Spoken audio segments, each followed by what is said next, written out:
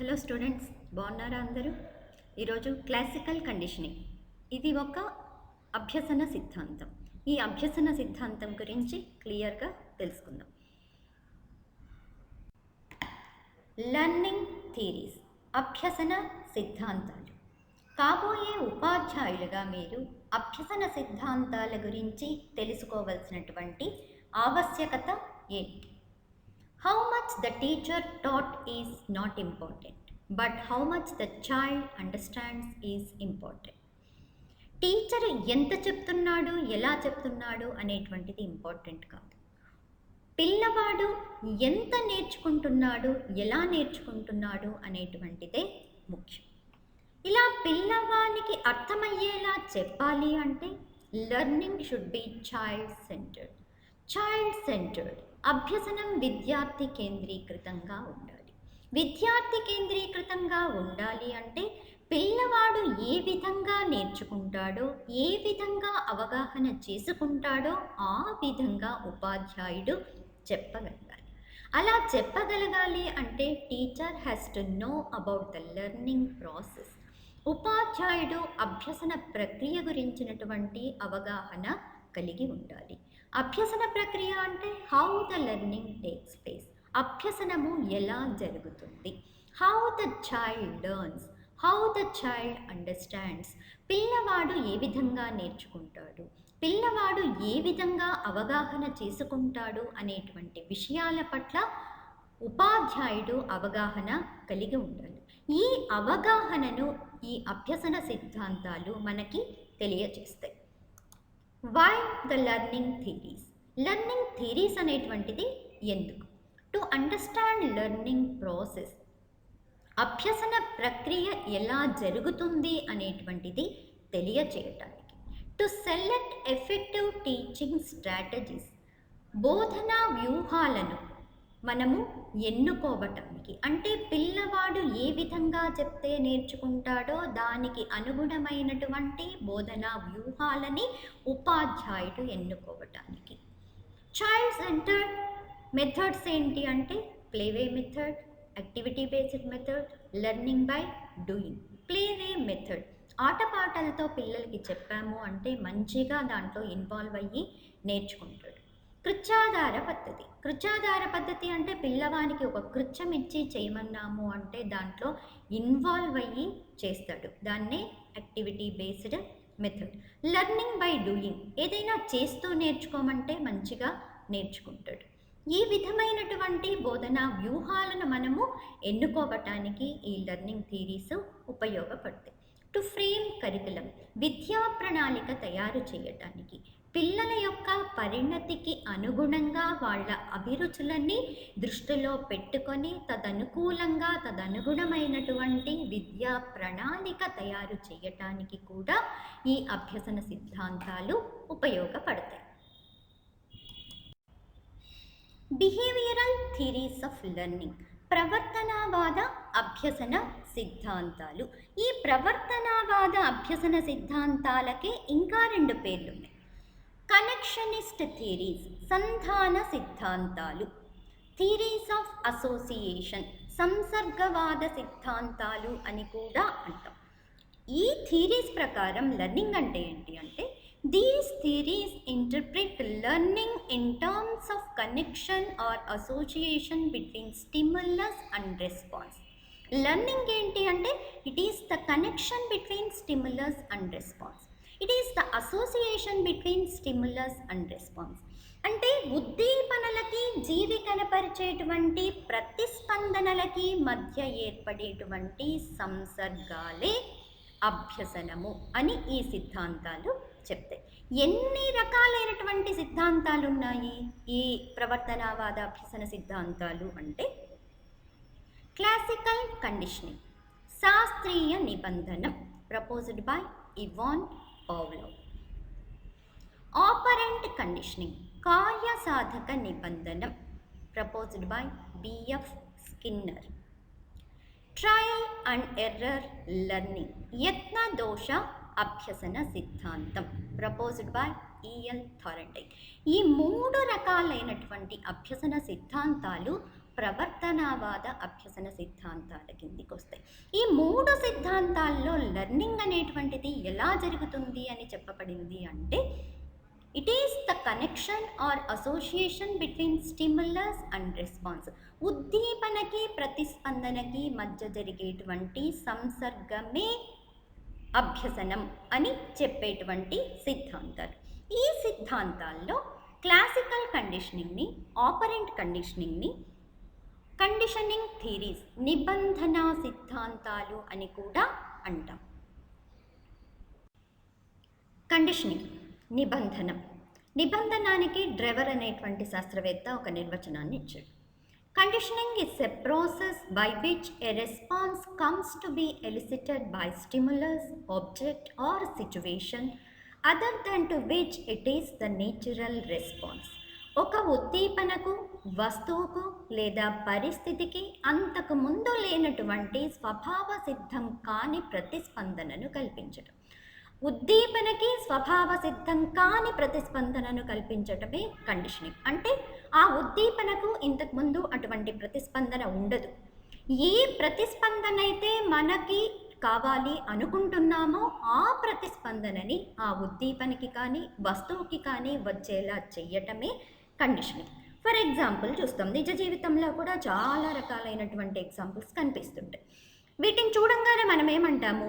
A5 గా అంటాం.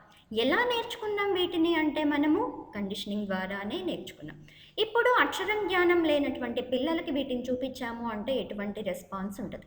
కానీ మనం ఏం చేస్తాము? పిల్లలకి అంకెల్ని కానీ సంఖ్యా భావనలు కానీ నేర్పించేటప్పుడు వీటిని చూపించి this is A, this is A, this is 5, this is 5, ఇది క, ఇది క అని పునర్బలనం చేస్తూ ఆ పిల్లవానికి చెప్పినప్పుడు ఏమవుతుంది అంటే, పిల్లవాడు అక్షర రూపానికి, అక్షర శబ్దానికి మధ్య, అంకెల రూపానికి, సంఖ్యా భావనలకి మధ్య కండిషనింగ్ అనేటువంటిది ఏర్పడి వీటిని చూపించగానే పిల్లవాడు A5 క అని చెప్పగలిగేటువంటి సామర్థ్యాన్ని పొందుతాడు. అలానే దీన్ని చూపించామనుకోండి, ఫస్ట్ పిల్లవాడు ఏం చెప్పడు. కానీ మనం ఏమంటాం దీన్ని చూపించి? ఇది పెన్సిల్, ఇది పెన్సిల్, ఇది పెన్సిల్ అని చెప్పామనుకోండి, ఆ పిల్లవాడు దాన్ని చూపించినప్పుడు రైట్ ఇది పెన్సిల్ అని చెప్పగలిగేటువంటి సామర్థ్యాన్ని కండిషనింగ్ ద్వారా పెంపొందించుకోవటం అనేటువంటి జరుగుతుంది. ఇంతకు ముందు లేనటువంటి రెస్పాన్స్ ఇక్కడ ఆ వస్తువుని చూడంగానే, ఆ అక్షరాన్ని చూడంగానే కలుగుతుంది. దీన్నే కండిషనింగ్ అంటాం. మనం పిల్లవాడు క్లాస్లోకి టీచర్ రంగానే నిలబడుతున్నాడు, ఇది కూడా కండిషనింగ్ ద్వారానే జరుగుతుంది. ప్రేయర్ బెల్ కొట్టంగానే పిల్లవాడు ప్రేయర్కి హాజరవుతున్నాడు, ఇది కూడా కండిషనింగ్ ద్వారానే జరుగుతుంది. లాంగ్ బెల్ కొట్టంగానే పిల్లవాడు పాఠశాల నుంచి బయటికి వెళ్ళిపోతాడు. అంటే ఎప్పుడు ఈవెన్ మధ్యలో టైం కాకనే లాంగ్ బెల్ కొట్టినా కూడా పిల్లవాడు, ఈవెన్ టీచర్ క్లాస్లో ఉన్నా కూడా బయటికి చిన్నపిల్లలు, ప్రైమరీ పిల్లలైతే పరిగెత్తడం జరుగుతుంది. అంటే వాళ్ళు ఈ బెల్కి కండిషనింగ్ అయిపోయి ఉంటారు. కాబట్టి ఇవన్నీ కూడా కండిషనింగ్ ద్వారానే జరుగుతాయి. క్లాసికల్ కండిషనింగ్, శాస్త్రీయ నిబంధన సిద్ధాంతం. ఈ సిద్ధాంతాన్ని ఇవాన్ పావ్లోవ్ అనేటువంటి శాస్త్రవేత్త ప్రతిపాదించాడు. ఈయన రష్యన్ ఫిజియాలజిస్ట్, శరీర ధర్మ శాస్త్రవేత్త. Conducted experiments on dog. ఈయన కుక్క మీద ప్రయోగం చేశారు. ఒకసారి కుక్క డైజెస్టివ్ సిస్టమ్ మీద ప్రయోగం చేసేటప్పుడు ఆ కుక్క తనకి ఆహారం తీసుకొని వచ్చేటువంటి వ్యక్తి అడుగుల శబ్దం విని లాలాజలాన్ని స్రవించటాన్ని గమనించి ఈ క్లాసికల్ కండిషనింగ్ థియరీని ప్రతిపాదించటం జరిగింది. పావ్లోవ్ ప్రయోగంలో 3 స్టేజెస్ ఉన్నాయి. స్టేజ్ 1 నిబంధనకి ముందు, బిఫోర్ కండిషనింగ్. బిఫోర్ కండిషనింగ్ ఏం చేస్తారు అంటే ఫుడ్ పెట్టంగానే కుక్క లాలాజలాన్ని స్రవిస్తుంది. ఇక్కడ నిబంధన అనేటువంటిది అవసరం లేదు. ఫుడ్ని చూడంగానే లాలాజలం స్రవించటము అనేటువంటిది నేచురల్ రెస్పాన్స్. కాబట్టి ఇక్కడ ఫుడ్ ఏంటి అంటే అన్కండిషన్డ్ స్టిములస్. దీన్ని సహజ ఉద్దీపన. సహజ ఉద్దీపనకి వచ్చేటువంటి రెస్పాన్స్ సహజ ప్రతిస్పందన.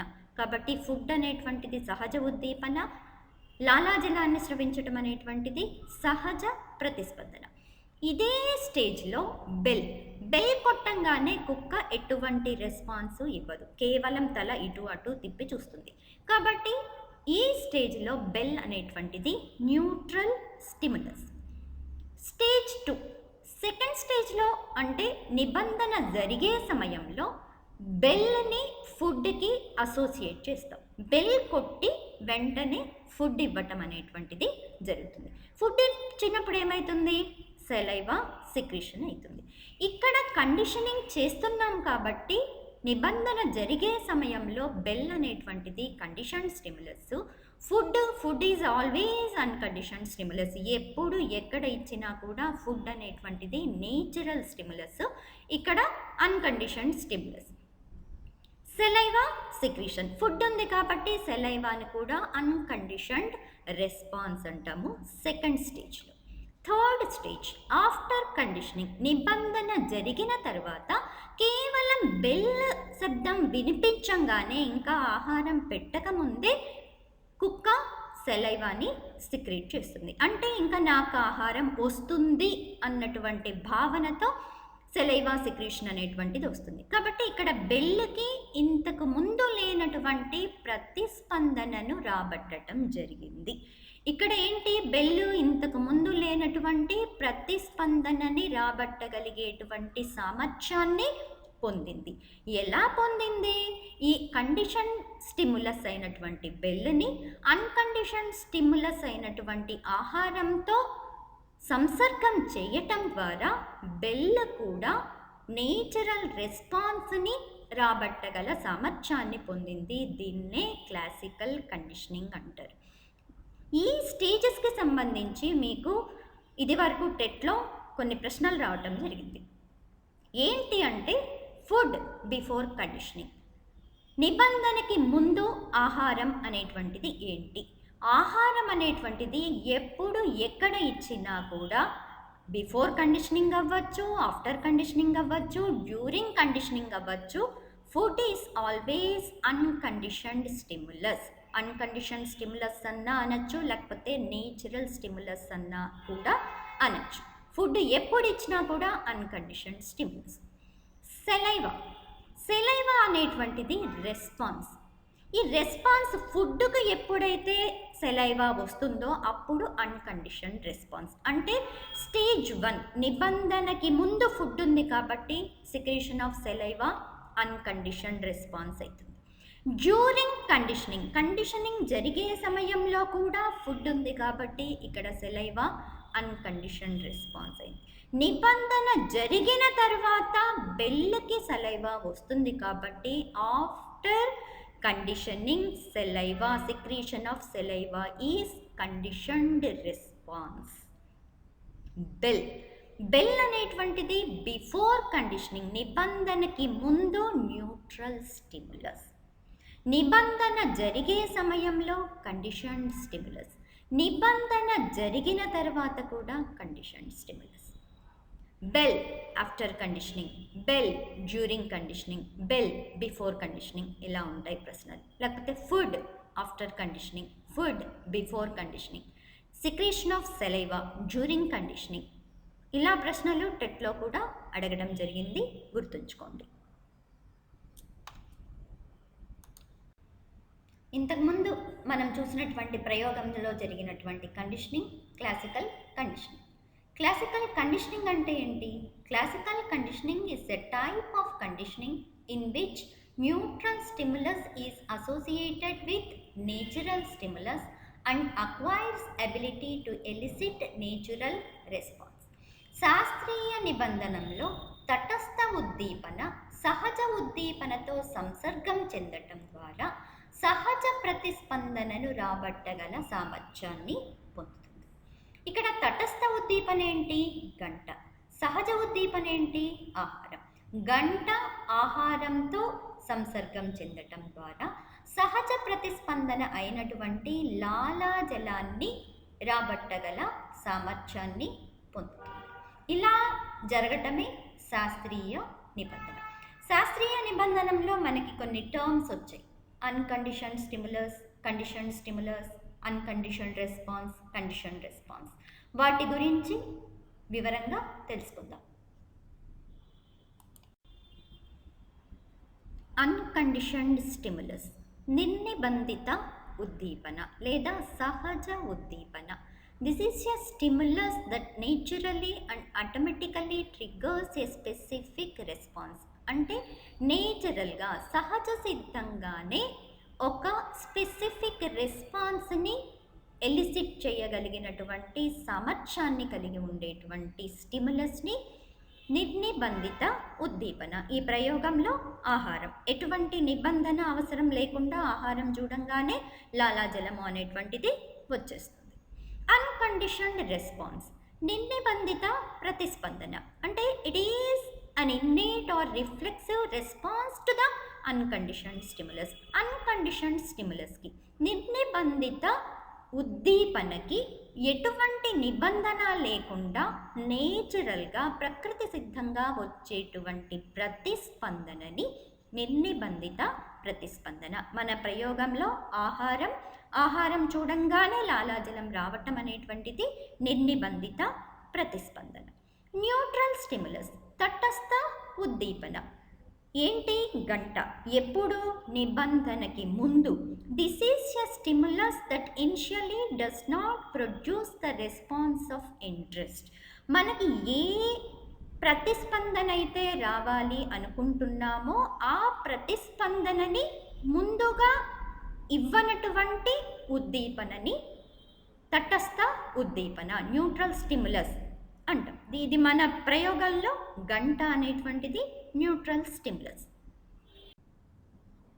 కండిషన్డ్ స్టిములస్, నిబంధిత ఉద్దీపన. మన ప్రయోగంలో ఏంటి నిబంధిత ఉద్దీపన? గంట. After pairing neutral stimulus with the unconditioned stimulus several times, the neutral stimulus become the conditioned stimulus and illicit the response. ఎందుకు దీన్ని కండిషన్ స్టిములస్ అని అంటున్నాము అంటే, ముందు న్యూట్రల్ స్టిములస్గా ఉన్నటువంటి ఈ ఉద్దీపన అన్కండిషన్ స్టిములస్తో చాలాసార్లు సంసర్గం చెందటం ద్వారా కండిషన్ స్టిములస్గా మారి మనకి కావలసినటువంటి ప్రతిస్పందనను తీసుకురాగల సామర్థ్యాన్ని పొందింది. అటువంటి స్టిములస్ని ఏమంటాము అంటే కండిషన్డ్ స్టిములస్.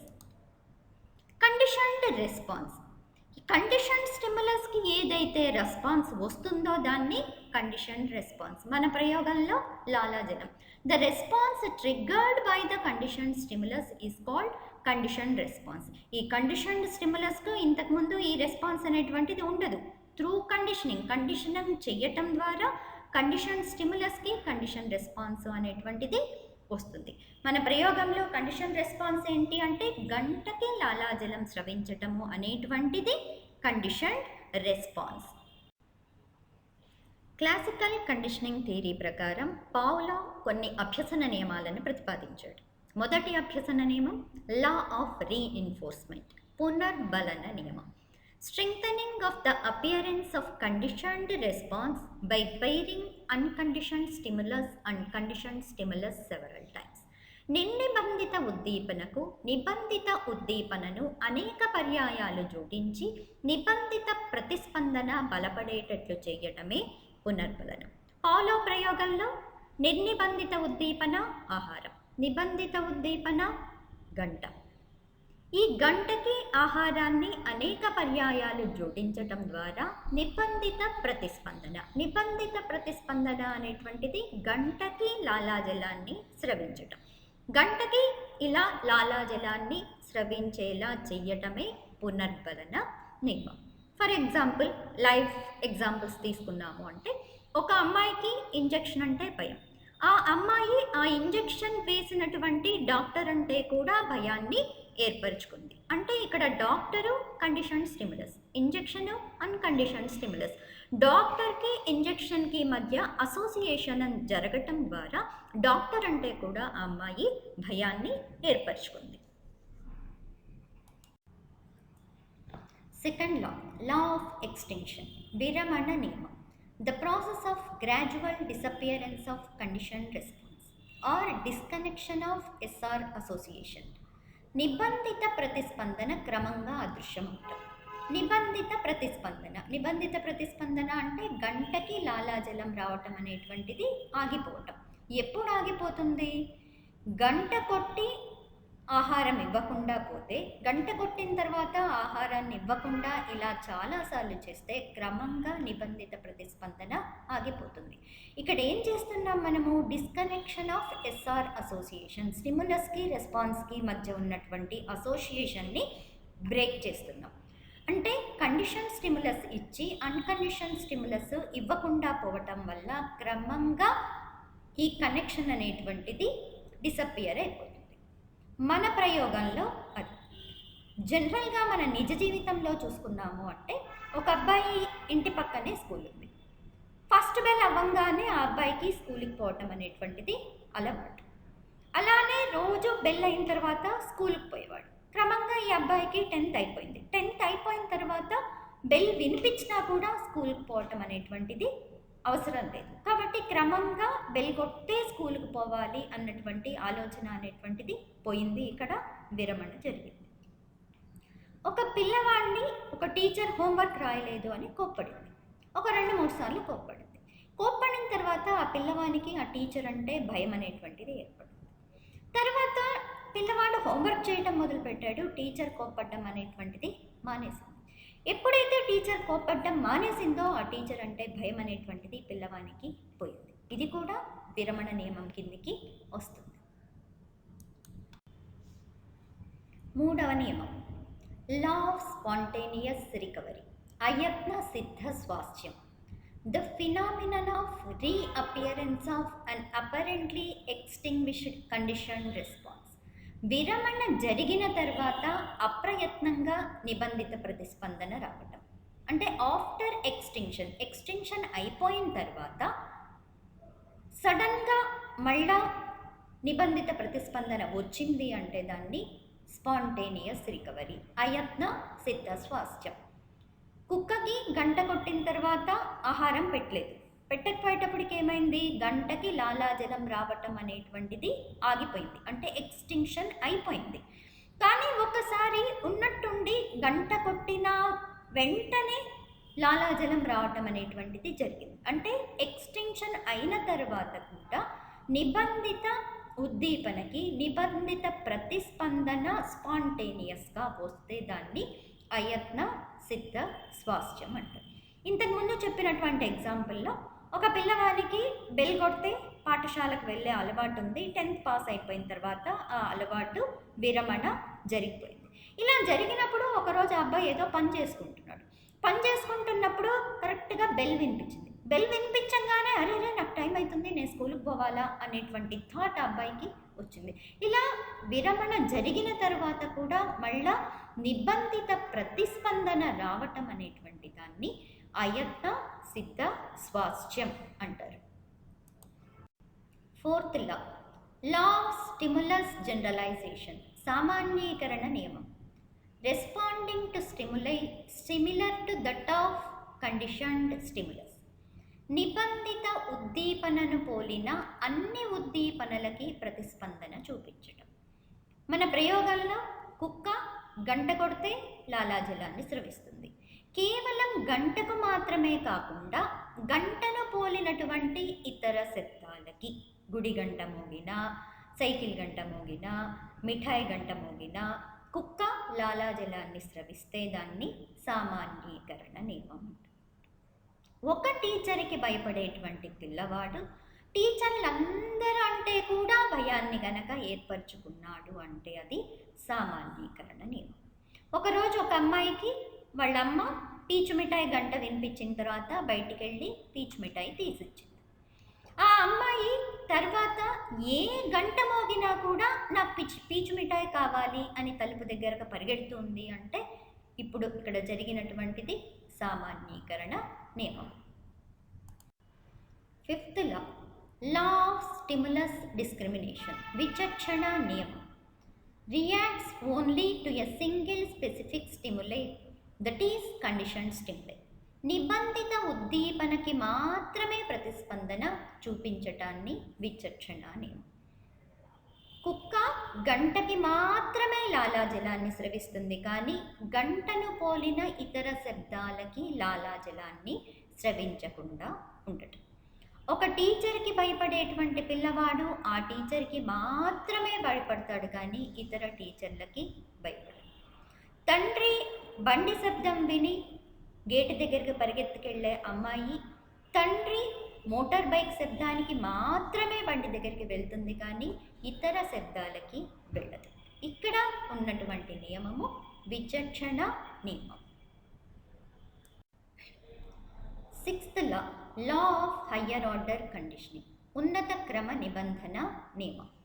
ఫస్ట్ ఆర్డర్లో గంట కండిషన్ స్టిమ్యులస్, ఫస్ట్ ఆర్డర్లో కండిషన్ స్టిమ్యులస్గా పనిచేసినటువంటి బెల్ సెకండ్ ఆర్డర్లో అన్కండిషన్ స్టిమ్యులస్గా పనిచేసి మరొక కండిషన్ స్టిమ్యులస్తో నిబంధన జరగటానికి తోడ్పడితే ఇటువంటి నిబంధనాన్ని ఉన్నత క్రమ నిబంధన అంటారు. ఫర్ ఎగ్జాంపుల్, ఇక్కడ గంట ఆహారంతో కలిసి లాలాజలాన్ని ఎలిసిట్ చేసింది. ఇక్కడ అదే గంటకి లైట్ని జోడించినప్పుడు, దీపాన్ని జోడించినప్పుడు లాలాజలం స్రవించటం జరిగింది. కేవలం దీపానికి మాత్రమే లాలాజలాన్ని స్రవించటం అనేటువంటిది సెకండ్ ఆర్డర్ కండిషనింగ్లో జరిగింది. అంటే ఈ సెకండ్ ఆర్డర్లో గంట అనేటువంటిది ఆహారం యొక్క లక్షణాలని తీసుకొని ఈ అన్కండిషన్ స్టిమ్యులస్గా పనిచేసి దీపంతో కండిషనింగ్ జరగటానికి తోడ్పడుతుంది. ఈ విధంగా మొదటి ఆర్డర్లో కండిషన్ స్టిమ్యులస్, రెండవ ఆర్డర్లో అన్కండిషన్ స్టిమ్యులస్గా పనిచేసి కండిషన్ జరగటానికి తోడ్పడితే అటువంటి నియమాన్ని ఉన్నత క్రమ నిబంధన నియమము. ఉదాహరణకి, టీచర్ అంటే భయపడేటువంటి పిల్లవాడు ఆ టీచర్కి సంబంధించినటువంటి బ్యాగును చూసినా భయపడుతున్నాడు, పెన్నును చూసినా భయపడుతున్నాడు. ఈ నియమాన్ని ఉన్నత క్రమ నిబంధన నియమం అంటారు. పై నియమాలన్నీ అర్థం చేసుకున్న తర్వాత క్లాసికల్ కండిషనింగ్ అనేటువంటిది ఎలా జరుగుతుంది? Classical conditioning is a type of learning that occurs unconsciously. ఈ క్లాసికల్ కండిషనింగ్లో అభ్యసనము అనేటువంటిది అప్రయత్నంగా జరుగుతుంది. Classical conditioning is fundamental in understanding how organisms learn and adapt their environment.